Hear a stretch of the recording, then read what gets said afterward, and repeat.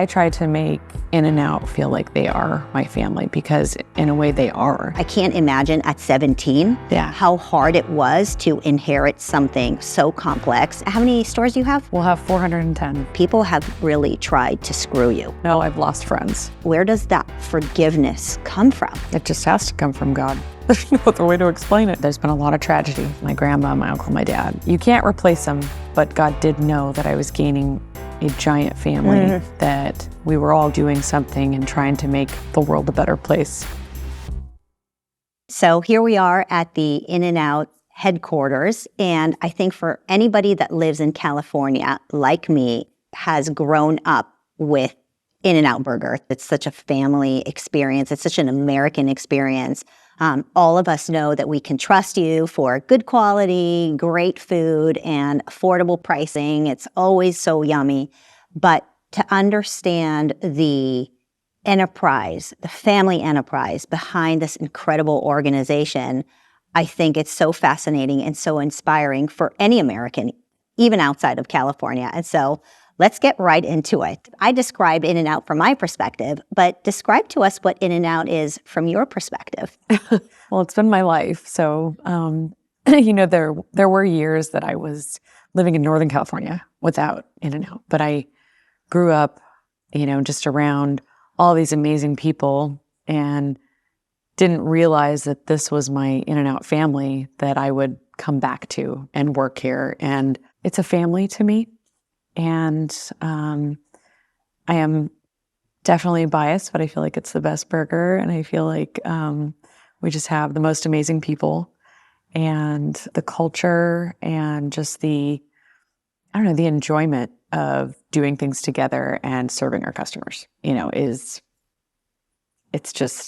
runs through so many of us so strong, where we say that we bleed spread.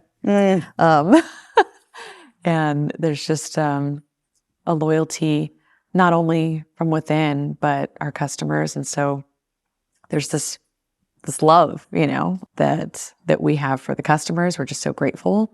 And also for, you know, the commitment to my grandfather, not compromising the quality and the standards, and, you know, keeping the bar where he would want it. How do you do that? You have, what, close to 40,000 employees? How many stores do you have? We'll have 410. So 410 restaurants, close to 40,000 employees. How do you do that? How do you maintain the brand, the quality, the excitement? We put a lot into the training. That was something that my uncle really put an effort to just, you know, create the In-N-Out University, and, you know, really investing that time and continuing to train our associates. And again, the family atmosphere, like the care, the love, just bringing them in and having that is so key to the experience, I believe. And it also gets them to buy into why the quality is so important. You know, my grandfather did this and this and this. And so it's a family thing, and we love our customers. Yeah, I'll tell you this funny story. So I told my kids that at In-N-Out, if you want to work, you really have to start from the bottom. And so we drove by an In-N-Out the other day, and my son was like, he asked the manager, Did you really start with the very basic? And the person was like, yes, every single one of us has to start from the beginning. And that is so incredible. When did you start working at In-N-Out?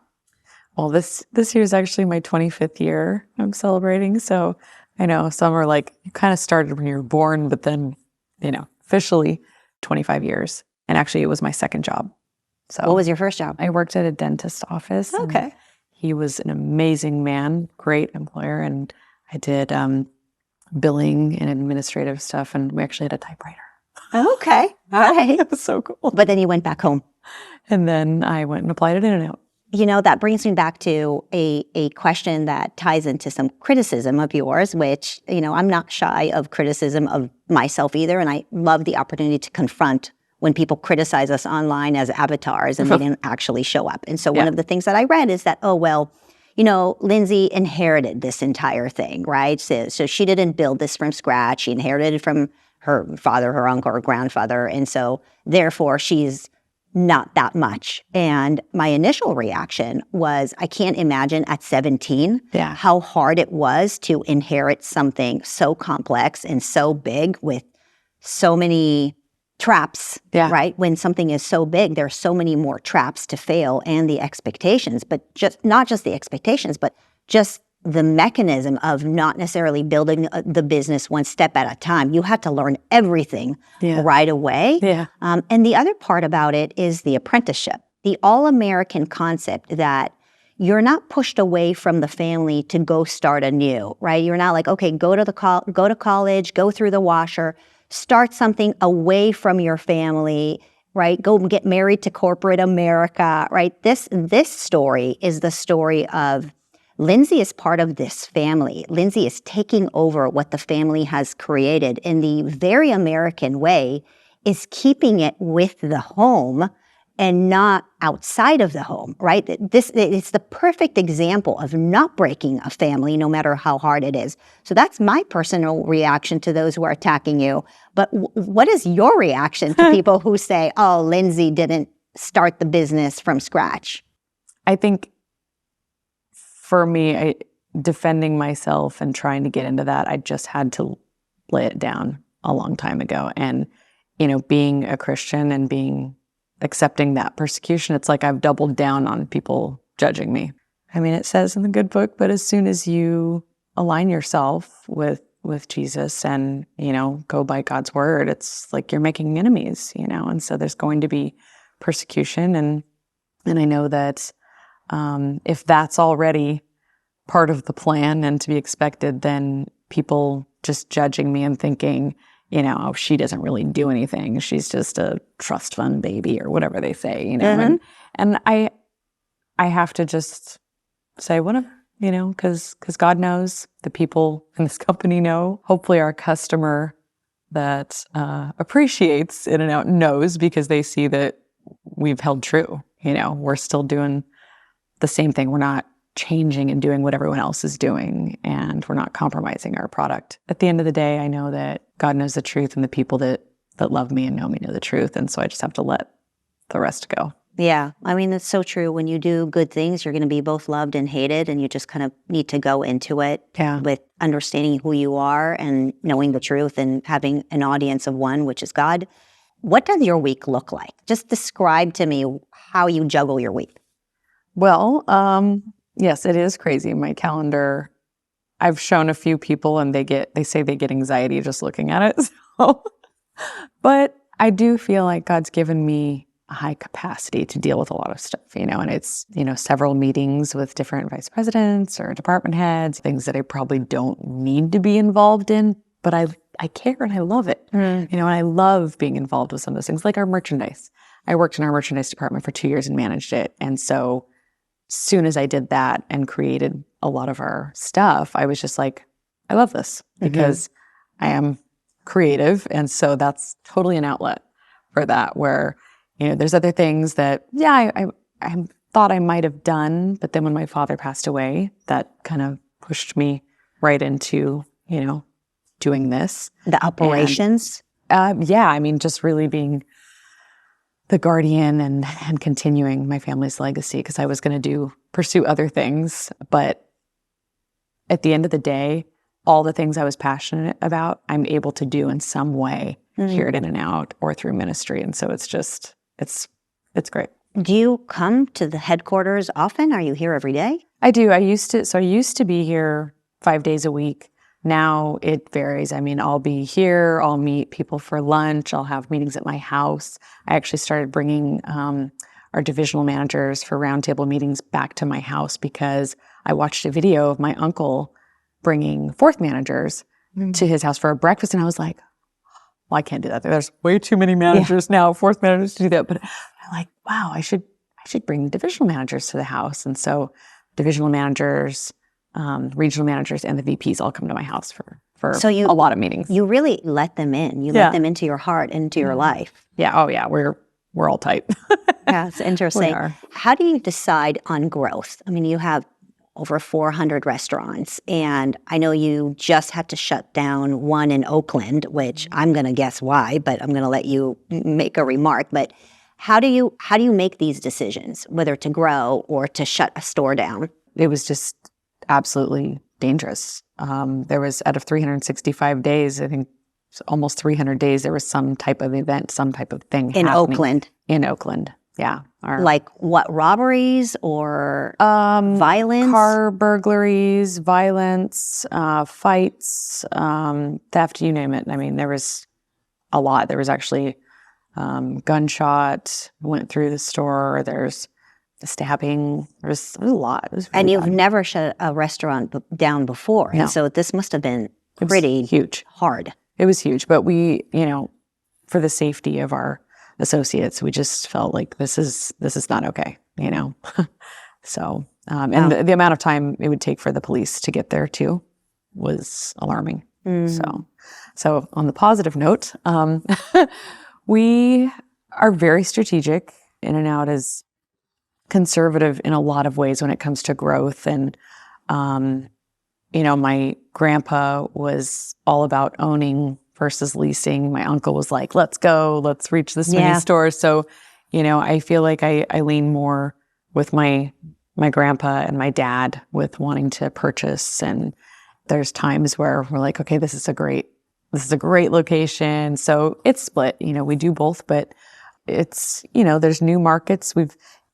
I think it's a little bit deceiving because we've been in a lot of new markets recently. So people think we're just growing like crazy, but we're not growing faster. We're not, going, okay, we're just going to conquer America and put In-N-Outs everywhere. We're really just starting to spread into other areas because they're close to other markets we're in. We moved to Oregon, so eventually we'll hop over the border right into Washington. Wow. Colorado was a big decision, but it's going wonderfully. And the thing is really tied to where our trucks can reach because we deliver fresh product, every other day basically. And so it's like, can they go this many miles to get to this city? Can they go here? And that really dictates where we can and can't go. Right. But, we always look at, how many people are in this city and, what does it look like? Is it growing? And, there's a lot of determining factors, but we have a whole team that does all of that. And for a fast food restaurant, your training is so rigorous that I would imagine that that's another thing to contemplate, right? It's like, can you train people at the quality and the speed that you would need in order to continue to expand maybe to the East Coast? Well, that uncovers a really cool thing. We have an all-star team. So when we go into a new market and we have a new store, there's an all-star team, which are associates from stores all over the different states. They will come out of their store and they'll go to start up a new In-N-Out. So they'll live somewhere else, or they'll just commute? Yes, they'll move. We have like a temporary housing situation and they'll go and they're the all-stars. They're like, we know how to do this. We're going to show all the new hires what In-N-Out is about. And it's pretty cool. Yeah, that's really cool. They feel a sense of ownership over the company alongside you. Yeah, I mean, they're pros. Yeah.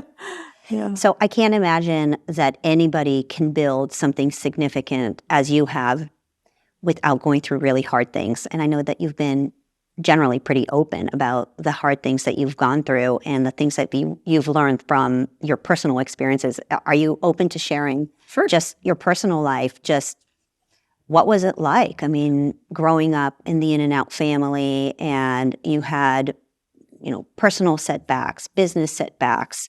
Maybe just share with us a little bit some of those growing pains. Yeah. Well, I alluded to the fact that I wasn't always around it. I was in Northern California for 10 years. My dad made a decision to move our family to Shingletown, California, tiny little place in the woods. If you've heard of Redding, it's about 40 minutes from Redding. But, him and his brother were only 18 months apart. So they were fighting, and it was like, so my dad just said, okay, I'm going to do the family thing.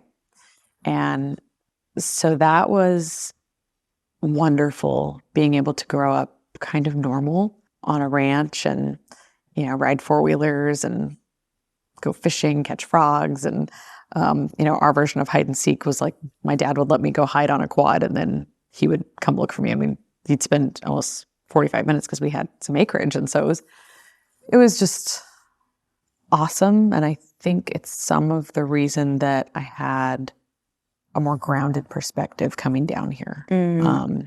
Yeah, my dad died when I was 17.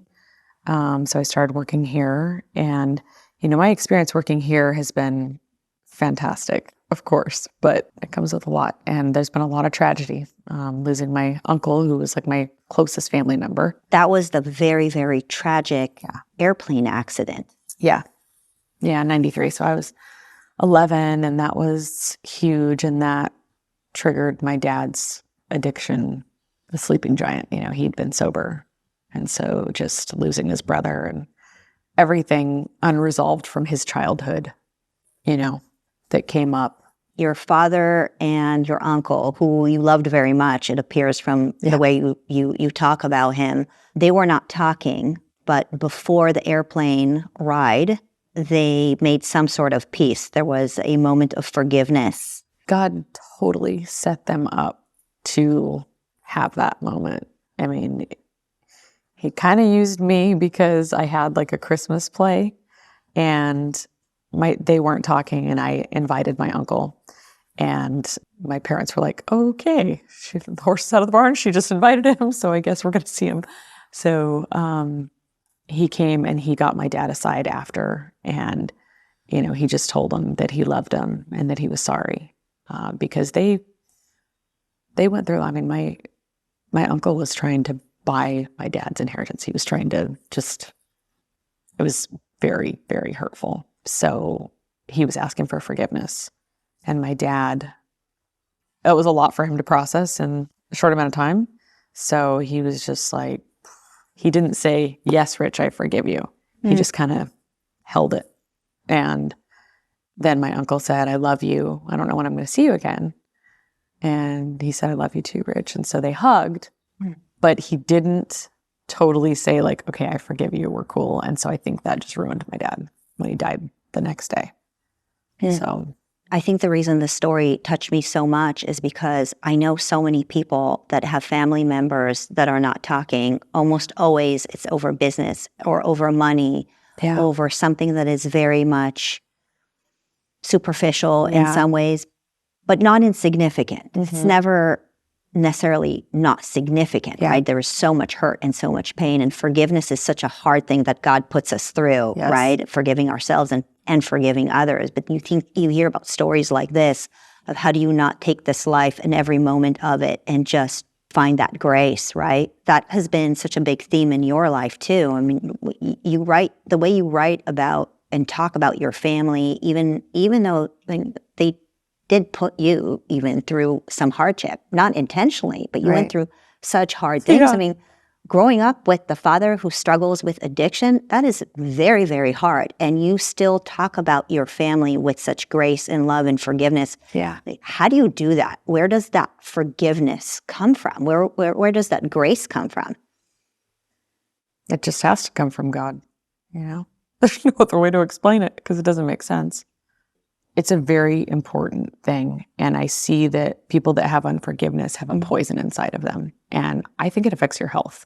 I mean, I really think it affects your health. And because I've had so much loss, I'm always pushing people to just forgive. Like, hey, I think there's a saying that you're drinking the poison and expecting it to hurt them, but really it's hurting you. But I do believe that some of the grace and forgiveness, I can remember pretty young where I just loved my dad so much and I saw him struggle and God just gave me a grace for him, and I saw the way he had that for others too. And I think that just kind of went with me. Yeah. It really is an amazing thing, even if it means exercising forbearance, right? And so you can still recognize that as a child, it was really unfair for you to be in a situation where, your father may have been on a substance and he's knocked out and there's a cigarette still in his hand and you have to remove that cigarette, right? Like I just had this image of you having to do that. And you could grow up with resentment, or you can grow up with forbearance and understanding that humans sin and do terrible things, but you make this choice to let it go. And so what about those lessons that you take from your personal life and then you bring that into your business? I mean, people have really tried to screw you in your business, if I may use, I know you're a good Christian, but I mean, now that we're friends, Yes. I get pretty upset about the people who tried to screw you. So like, how do you navigate through that? Well, it never feels good. And, while you're in it, it's so hard, It's so hard. You just take it on, I feel like I've carried a lot of weight on my shoulders for a long time. And I'm just constantly trying to go, okay, God, here, I can't. You feel a lot of different emotions. You feel angry, you feel hurt, you feel sad, you feel mad, there's just so many things. And then going, okay, now what do I do with it? But at the end of the day, once again, the book says, love your enemies. And it's like, how do you do that? You don't just say, show up to their house with roses and say, hey, how's it going? You have to be wise and guard your heart and be smart about it. But there's more of a, gosh, I don't know what has happened to them that they would do this. I don't know where their heart is and why, but I'm going to pray for that. And I hope that they come to know God. I hope they know their creator. So it takes a lot of courage to look at life like that. And in one way, I think it is God pouring into you, but I think it's your walk with God and trusting that you just will have to go through these hard times in order to come out of it stronger.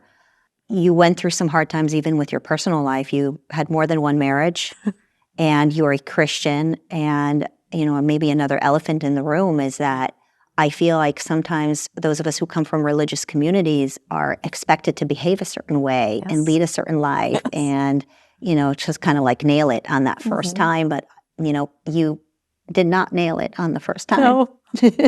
So I'm curious, just how do you navigate through that judgment? Forget about others, because I think I figured out that you've learned to not necessarily, care so much. I'm sure it gets to you sometimes, but if I had to guess how Lynsi reacted to having to go through more than one marriage is more your own self. Like, how do you face yourself and forgive yourself and accept yourself through multiple marriages and the judgment of community while still being part of a really big faith-based family? Yeah. I think it definitely hard going through all of it, There's a reason God hates divorce, because it's this special union, and it's one of the most intimate relationships you could have aside from your relationship with God. You could lose part of yourself. You could be fragmented, and I thank God have been, connected with ministry, and so it was there to pick up the pieces and help me walk through the healing. And I still feel like a moron for getting married sometimes, but I also was trying to not have sex outside of marriage. So there was kind of that push too. And I'm like a person that just falls so quickly and I don't care what anyone says. And, so it was foolish. Dealing with it now, I don't even think about it. If there's religious people that want to judge me, they can do that.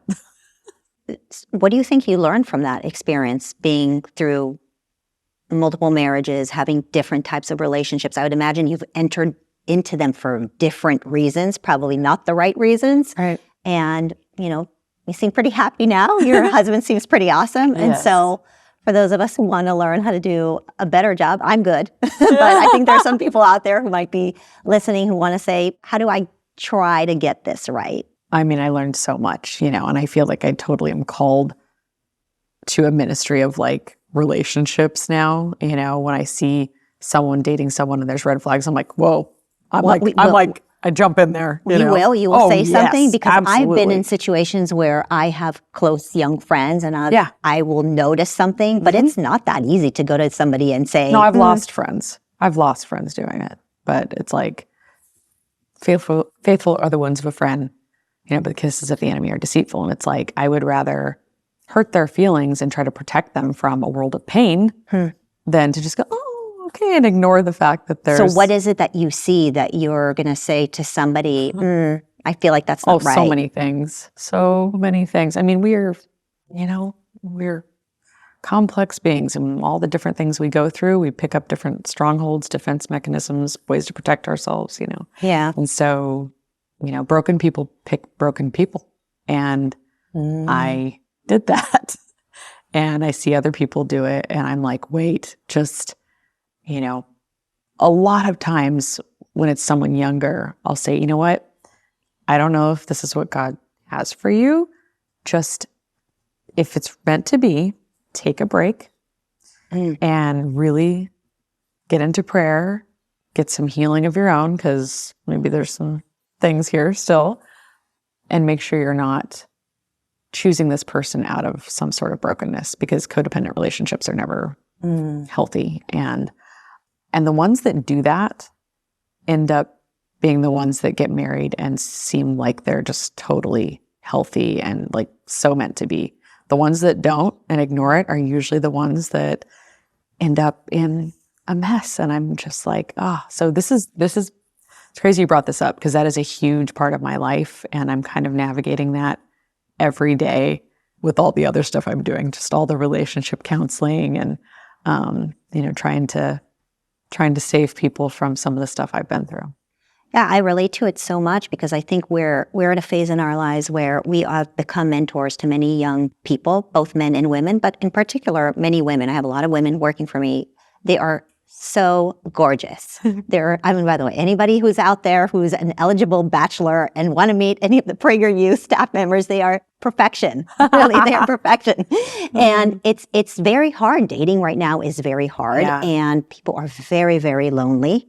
And there is God-sized holes in people's hearts, and they are also confused by the culture right now of how to do the birds and the bees. And so I want to lean into them and give them feedback, but I also don't think that anybody wants a lecture and who to date and who not to date. And so I think many, many moms are in this space where we're at right now, where it's like you want to teach some wisdom, but we're in a society right now where sadly they're getting such backwards advice too.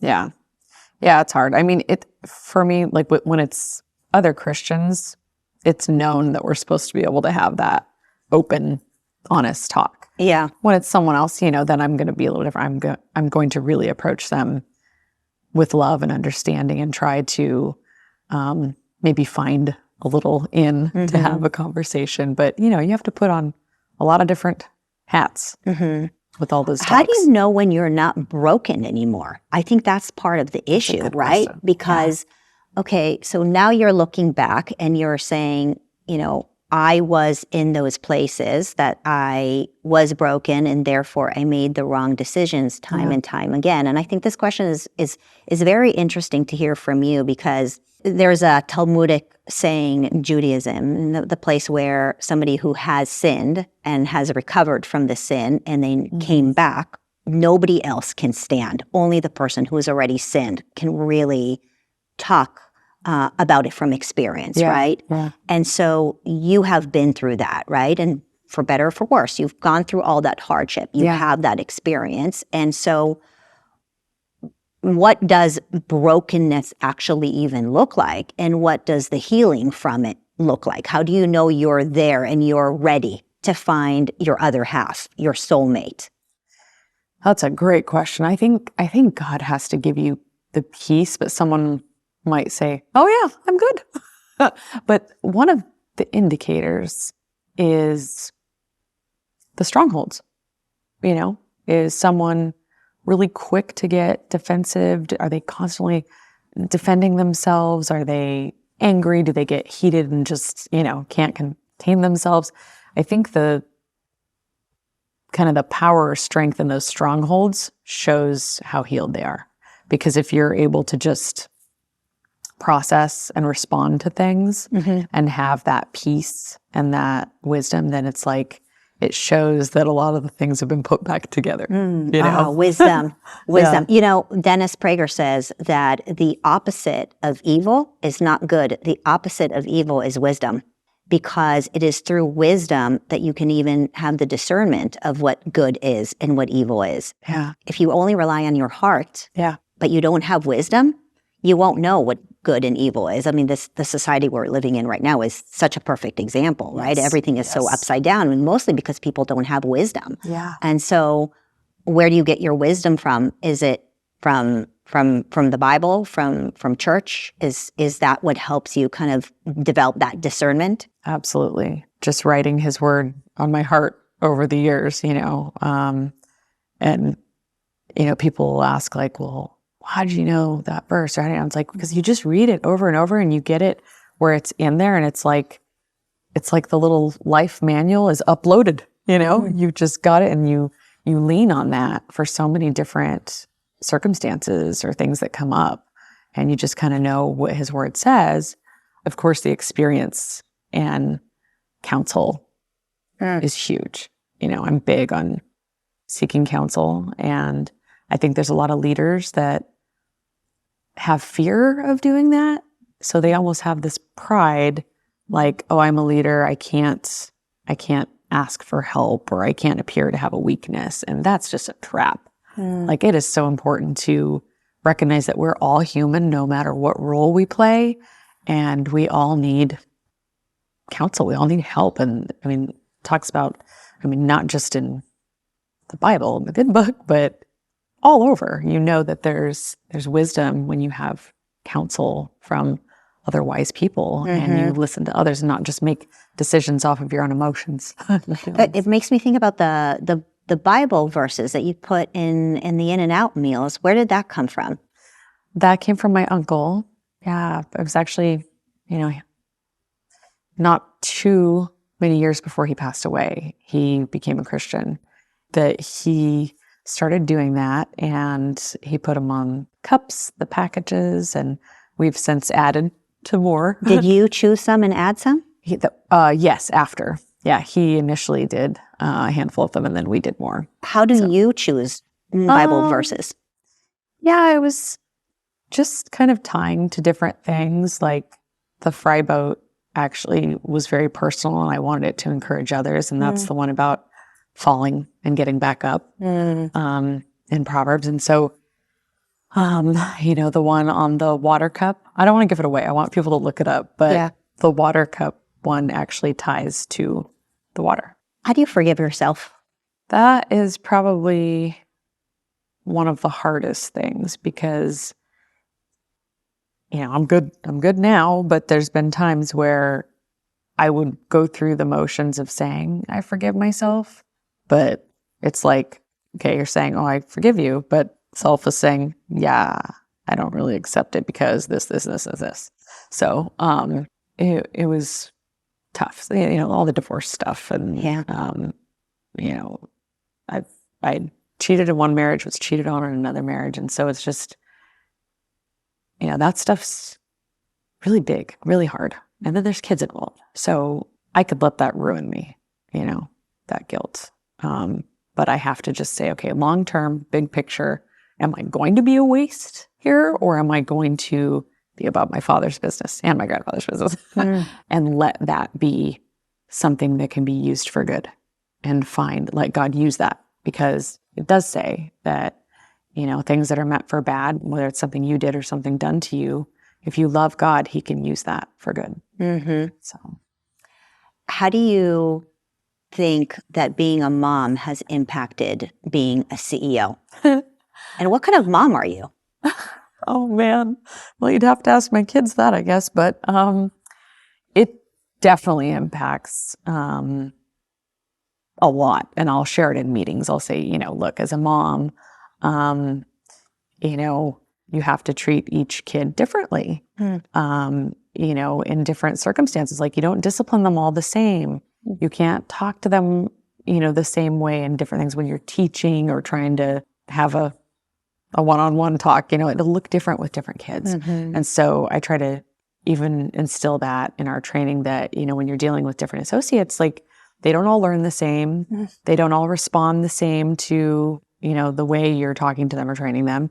And you have to pop on different hats to deal with different personalities. And so I think as a mom, there's a lot of different insight that I find myself giving examples and kind of having a parallel in teaching. I totally relate to that. Yeah. I think one of the words that I've been obsessed with is discernment. Oh, yeah. I'm just obsessed with this word discernment right now because it's just like, how do you bring together different pieces and really just come up with what one maybe would have called common sense, which is in non-existence right now, I guess, in the world. But I think that motherhood teaches discernment because as moms, we have to bring in different pieces for from our lives, and we have to have an instinct and, like you said, react to the different individuals on a human level, not just a corporate level, but being able to take that human level and bring that into a company and bring that kind of level of discernment is so interesting.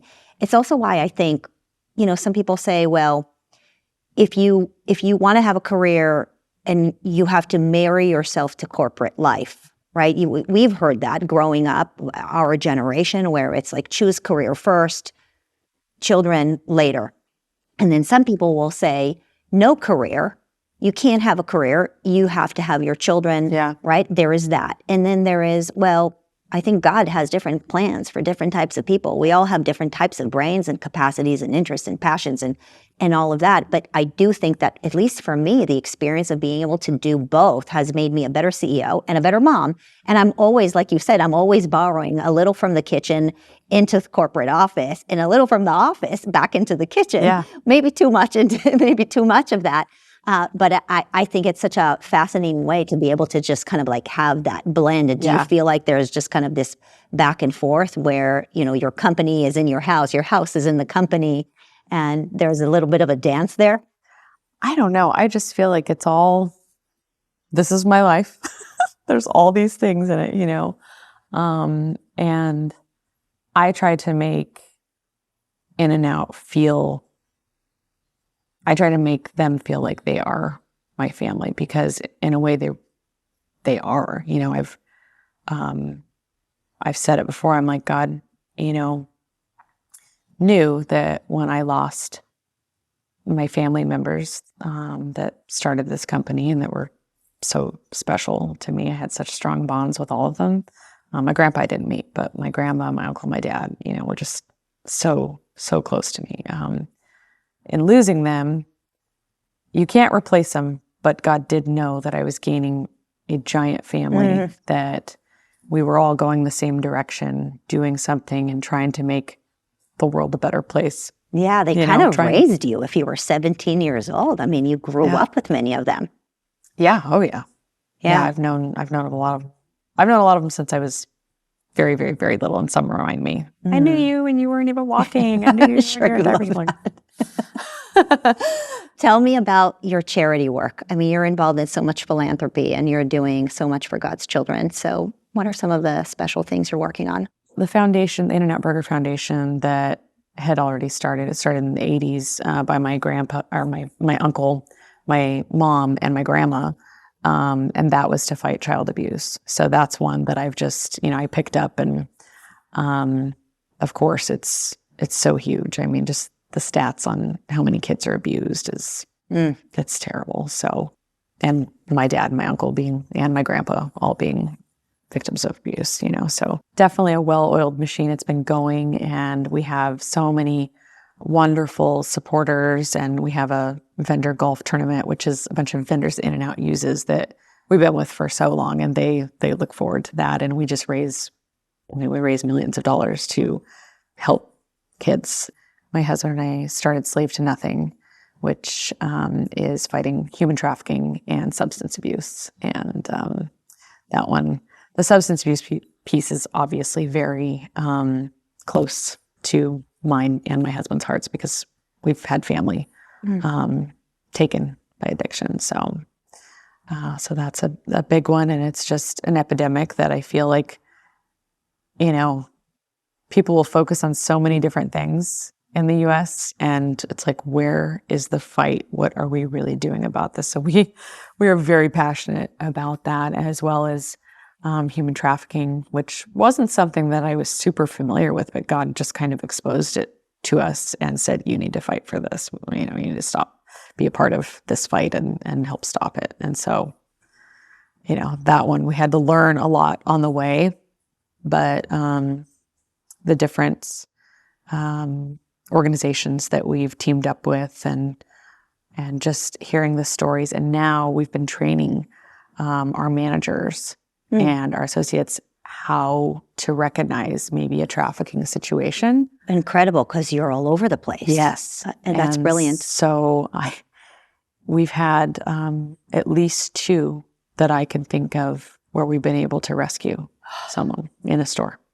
So, and we now put some signage up and stuff in the bathrooms. And so just knowing that, like knowing that we could save one life makes it worth it, but knowing that we're saving thousands through the different organizations as well, it's just, that's heartwarming for sure. Okay, let's do a little game here. Okay, you ready? So some fun facts for those who should learn more about In-N-Out. Do you remember what the price of the first In-N-Out burger was? The hamburger was 25 cents. 25 cents. There's no inflation. Okay, what is your best-selling product at In-N-Out? Double. The double. Okay. There is a secret menu, which some people, especially those who've lived in California forever, know about, which also means that if you show up at a drive-through, you will not see that these are optional things that one could order. Can you share some of the secret menu items? Sure. So animal style, obviously, can be on the burger, any of the burgers, or the fries. That's mustard, right? So on the burger, it's fried mustard, pickles, extra spread, grilled onions. And on the fry, it's spread, grilled onions, and cheese. What's your favorite one? I don't eat cheese, which always throws people off, but I love the fries animal style without the cheese and without the onions, and I add chilies to it. All right, that's another thing. I didn't know you can get that. Yes. All right. Some people do the tomato wrap. But you hate tomatoes. Do you still hate tomatoes? Oh, yeah, I hate tomatoes. You had that like traumatizing experience with the tomato when you were a kid, right? I don't know if I should use the word trauma with that. Right, like you know real trauma, right?